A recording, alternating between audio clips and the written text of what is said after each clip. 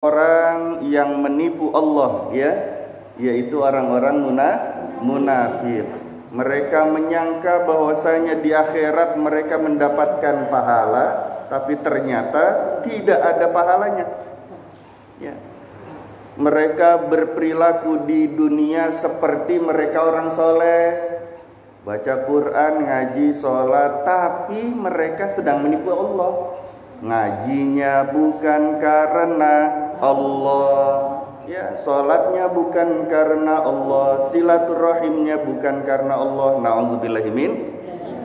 Kalau begitu itu namanya menipu Allah, ya.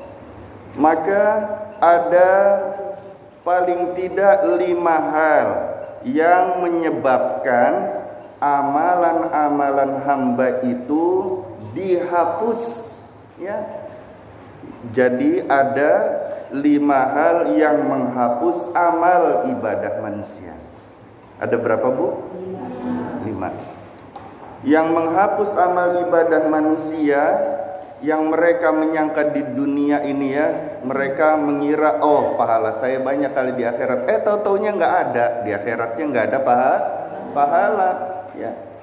Apa saja yang menghapus amalan-amalan itu, yang menghapus ibadah-ibadah kita itu sehingga nggak ada pahalanya nanti di akhirat? Yang pertama adalah syirik. Ya, kita membahas syirik, maka yang pertama yang menghapus pahala-pahala kita sehingga tidak ada pahala di akhirat nanti itu adalah syirik. Dalilnya adalah Allah Subhanahu wa taala berfirman di dalam surah Al-An'am ayat 88. Surah Al-An'am ayat 88. A'udzu billahi minasy syaithanir rajim. Bismillahirrahmanirrahim. Walau asyraku lahabita anhum ma kanu ya'malun. Seandainya mereka menyekutukan Allah, niscaya lenyaplah dari mereka amalan yang mereka kerjakan. Ya. Di satu sisi kita niat karena Allah, niat berangkat ngaji ada betul karena Allahnya ada, ya. Niat silaturahimnya betul karena ada, itunya tuh ada. Tapi di sisi yang lain ada juga keinginan dan niat untuk dihormati manusia. Contoh, saya pakai baju yang bagus, betul? Ini kayaknya nggak matching. Nggak matching itu apa? Kalau pakai gamisnya warnanya misalnya merah, kerudungnya warnanya abu-abu, nggak matching kayaknya, ya. Kayaknya paling enggak ya warnanya hitam atau pink gitu kan, ya. Jadinya cocok. Biar apa nih begitunya? Biar dianggap cantik, ya. Biar orang lain melihatnya itu wah keren, ya. Di sisi yang lain ada itunya, bukan karena Allahnya. Atau ketika berangkat mengajinya, betul dia ada karena Allah, niat menuntut ilmu karena Allah. Di sisi yang lain, biar dipandang sebagai orang yang berilmu. Ada nggak pahalanya di hadapan Allah? Awalnya ada ketika dia niat karena Allah, hilang karena ada niat selain Allah. Maka hati-hati ketika kita beraktivitas, hati-hati, ya. Tapi apa harus berhenti? Akhirnya jadi nggak ngaji, salah lagi. Tapi terus menerus kita berangkat tetap mengaji, tidak diberhentiin ngajinya, tapi sambil bermujahadah, bersungguh-sungguh menghilangkan yang bukan karena Allahnya dihilangin. Paham, ya? Misalnya nih niat sedekah karena Allah, terselip di dalam hati kok ada ya pengen dipuji sama orang lainnya, pengen diucapin terima kasih, padahal itu duit itu dari Allah juga, betul enggak? Kita cuma menyampaikan aja, menyampaikan rizki dari Allah kepadanya sebenarnya, ya. Tapi ternyata ada di dalam hati, kok dia nggak terima kasih, besok-besok nggak saya kasih lagi deh, misalnya gitu ya. Akhirnya berhenti nggak mau sedekah, salah. Tapi terus bersedekah sampai hilang yang bukan karena Allahnya, hilang dalam hatinya. Salat awalnya mungkin ada pengen dipandang baik orang lain, tapi bukannya berhenti cara solusinya. Daripada nanti sholatnya hilang amalannya, pahalanya nggak bernilai di sisi Allah, udah saya nggak sholat lagi deh, misalnya gitu ya. Ya sama aja sholat juga, ya sholat juga nggak diterima kok di hadapan Allah, masih ada karena manusianya, karena makhluk Allahnya. Jangan berhenti malah, tapi malah terus menerus melakukan ibadah sholat sambil bermujahadah, bersungguh-sungguh menghilangkan yang bukan karena Allahnya. Faham sampai di sini? Insya Allah. Bu, pernah ada keinginan tidak untuk keinginan misalnya ya memuliakan tetangga? Pernah ada enggak? Jarang kayaknya. Ya, ada tetangga misalnya sedang membutuhkan sesuatu, niat memuliakan dan menolong tetangga karena Allah. Kalau sudah karena Allah, di lain keadaan terbalik itu kondisinya. Kita yang lagi butuh ditolong, tetangganya nggak mau nolong, nggak sakit hati, itu cirinya. Dulu saya nolongin, dia lagi kesusahan, dia lagi butuh pertolongan, saya berikan pertolongan. Sekarang giliran saya butuh pertolongan, dia nggak mau nolong. Dulu dia itu pernah minjem duit, saya kasih pinjem. Sekarang saya pinjem duit, padahal dia udah mampu, malah saya nggak dikasih pinjam. Begitu ya. Nah, itu tuh bisa menghapus amal. Nauzubillah min. Ya. Yang kedua, yang menghapus amalan ibadah kita di hadapan Allah Jalla Jalaluhu adalah murtad. Murtad. Murtad itu keluar dari Islam.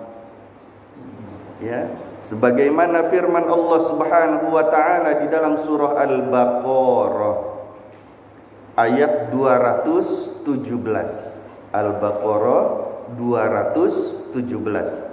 Allah Subhanahu wa taala berfirman, A'udzu billahi minasy syaithanir rajim.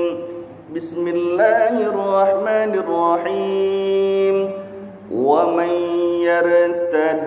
ومن يرتد منكم عن دينه فيمت وهو كافر فأولئك حبطت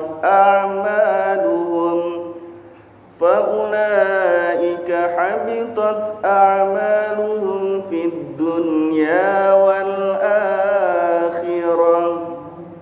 Barang siapa di antara kalian yang murtad, keluar dari Islam, ya, dari agamanya yaitu Islam, kemudian dia mati, fayamut, kemudian dia mati dalam keadaan kafir, maka mereka itulah orang yang terhapus amalannya baik di dunia dan di akhirat. Nauzubillahi min. Murtad, keluar dari Islam, ya. Dia awalnya ahli ibadah. Ibu paham nggak? Pernah dengar namanya Syekh Barsiso? Pernah dengar ya? Itu awalnya dahsyat imannya, ya. Muridnya banyak, sekali ngaji 40.000 orang, nggak pakai pengeras suara, enggak. Semuanya kedengeran. Imannya dipuji oleh malaikat, ya. Ketika itu imannya dipuji oleh para malaikat di hadapan Allah, Allahnya berfirman kepada malaikat, dia matinya murtad dalam keadaan tidak memeluk agama Islam. Kaget malaikat, kenapa begitu? Ya, karena nggak dijaga imannya oleh Allah, Islamnya nggak istiqomah sampai mati.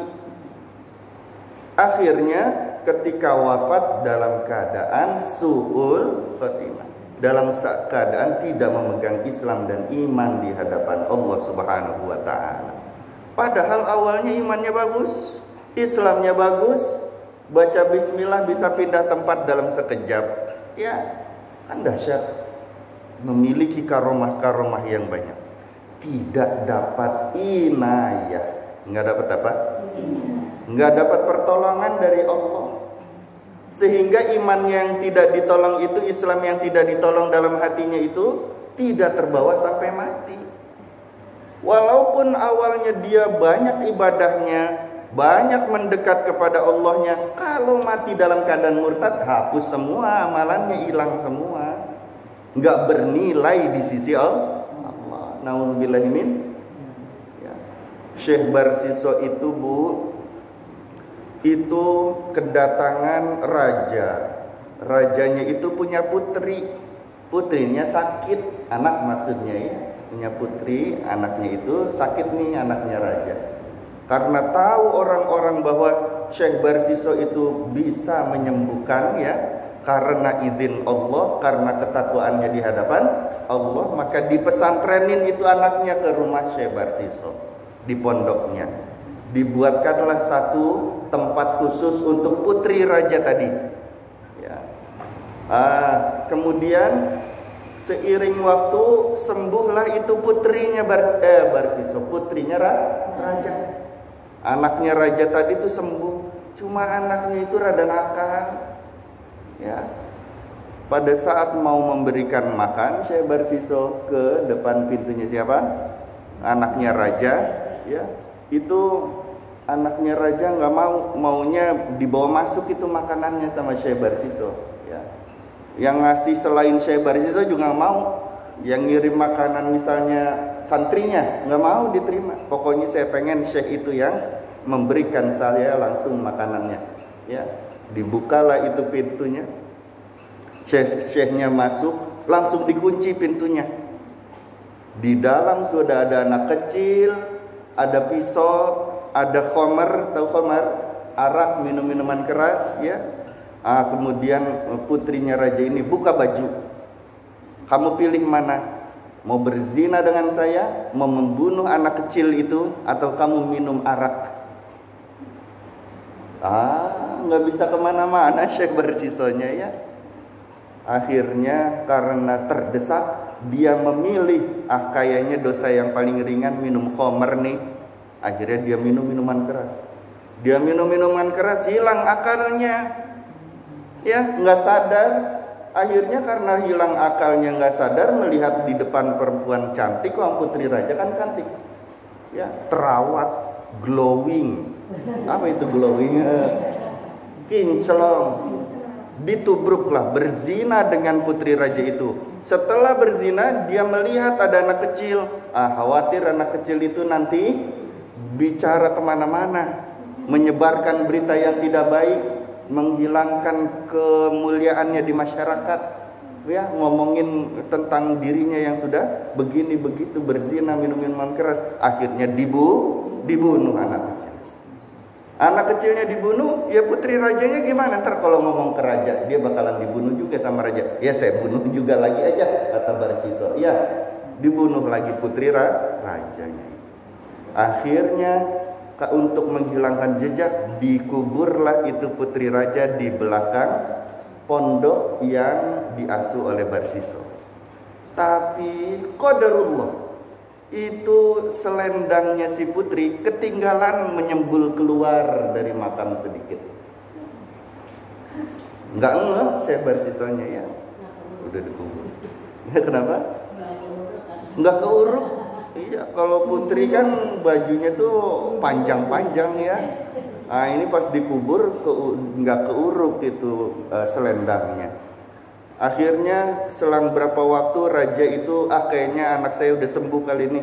Akhirnya datang, wahai Syekh Barsiso, mana anak saya? Nggak tahu tuh kabur kemana, katanya gitu. Ya, diperintahkan semua itu prajurit-prajuritnya mencari ke seluruh penjuru kota, nggak ketemu. Akhirnya dia bertanya kepada orang soleh yang lain, di mana? Oh, itu ada. Ya, padahal dia bukan orang soleh. Iblis yang nyamar jadi orang soleh. Ya, iblisnya pakai udeng-udeng, pakai gamis, pakai sorban, ngaku orang soleh. Saya tahu, wahai raja, di mana putrimu? Putrimu itu udah mati, dibunuh Barsiso. Itu letaknya ada di belakang pondokannya. Digali sama penjaga-penjaganya raja. Betul, ternyata di situ anaknya. Ya, akhirnya Barsiso di penjara dan dihukum pancung. Pada saat mau dipancung, iblis datang lagi. Hai Barsiso, kamu mau selamat enggak? Kalau kamu mau selamat, sembah saya dulu, akui saya sebagai Tuhanmu. Ya, kalau sudah begitu nanti saya lepaskan. Kamu kan bisa taubat lagi sama Allah, ibadah lagi yang benar sama Allah. Yang penting kamu selamat dulu dari mati nih. Mau enggak? Karena itu pancungnya udah mau kena lehernya, akhirnya dia bersyahadat bahwa iblis itu adalah Tuhannya. Ya, dengan harapan diselamatkan dengan cepat. Ternyata belum sempat dia kembali bertaubat kepada Allah, belum sempat dia itu mengucapkan syahadat yang itu menuhankan Allah, baru lehernya itu terpotong. Mati dalam keadaan menyembah iblis. Nauzubillahimin. Itu murtad namanya. Jadi walaupun selama hidupnya dia banyak amal ibadahnya, kalau matinya bukan dalam keadaan agama Islam, maka tidak diterima. Nauzubillahimin. Yang ketiga, riya. Pamer, pengen dipandang baik orang lain, ya, riya. Ana aghna syuraka'i 'ani syirki man 'amila amalan asyraku fihi ma'i ghairi taraktuhu wa syirkuhu. Riya itu menghapus, ya, aku enggak butuh, kata Allah, pada sekutu-sekutuku. Barang siapa yang beramal dengan satu amalan, kemudian dia itu menyekutukan aku, maka aku tinggalkan dirinya bersama apa yang menjadi tujuannya. Kita beramal karena pengen dipandang sama orang lain, udah ditinggalin sama orang yang itu, sama Allahnya dijauhin, nggak mau Allahnya dekat-dekat. Nauzubillahimin. Ya. Kemudian amalnya bagaimana? Fahabitu amaluhu kullu, semua amalnya hancur di hadapan Allah. Hati-hati, gara-gara riya pengen dipandang orang lain, amalnya bisa rusak. Yang keempat, manna wal adza. Manna artinya menyebut-nyebut amal yang pernah dilakukannya. Hati-hati, ini bisa menghapus amal. Menyebut-nyebut amal yang pernah dilakukannya. Menyebut-nyebutnya itu dengan kondisi yang dia itu bukan tahaddus bin ni'mah, bukan dalam rangka bersyukur kepada Allah. Jadi disebut-sebut karena pengen juga itu dapat pengakuan bahwa dirinya beramal. Contoh, kemarin waktu berkorban, waktu hari raya Idul Adha misalnya, kamu korban nggak? Wah, saya korban dong, ya. Sampai satu, kan keren tuh, ya. Kamu berapa? Enggak kan? Gitu. Ya, disebut-sebut. Misalnya ya, dengan apa? Dengan penyebutan yang bukan tahadus bin ni'mah. Kondisi hatinya tuh karena ngejelekin orang, merendahkan orang lain, atau karena ingin dirinya juga mendapat penghormatan dari orang itu. Bukan karena tahadus bin ni'mah, bersyukur kepada Allah, membicarakan nikmat dari Allah, bukan. Kalau membicarakan nikmat dari Allah bagaimana? Kemarin kurban, alhamdulillahilladzi bi ni'matihi tatimmus shalihat. Allah tuh maha baik, kemarin Allah tolong kami, Allah izinkan kami untuk dapat melaksanakan kurban. Itu sebenarnya karena ditolong Allah. Dibicarakannya itu karena tahadduts bin nikmat, membicarakan nikmat-nikmat yang telah diberikan oleh Allah. Itu enggak masalah. Tapi kalau ngomonginnya kayak tadi, gue gitu loh, masa ya nggak korban, kan gitu ya. Itu tuh bisa menghilangkan amal. Manna itu artinya mengungkit-ungkit amalan, membicarakan amal. Ada juga namanya adza. Adza, menyakiti perasaan orang lain. Ya, terkait amal itu. Misalnya apa? Dia sholat, ya, sholat. Kemudian jadi imam. Kemudian yang lainnya jadi makmum. Ya. Ketika ada yang berkata, wah suara kamu bagus ketika jadi imamnya. Kemudian dia ngomong kepada yang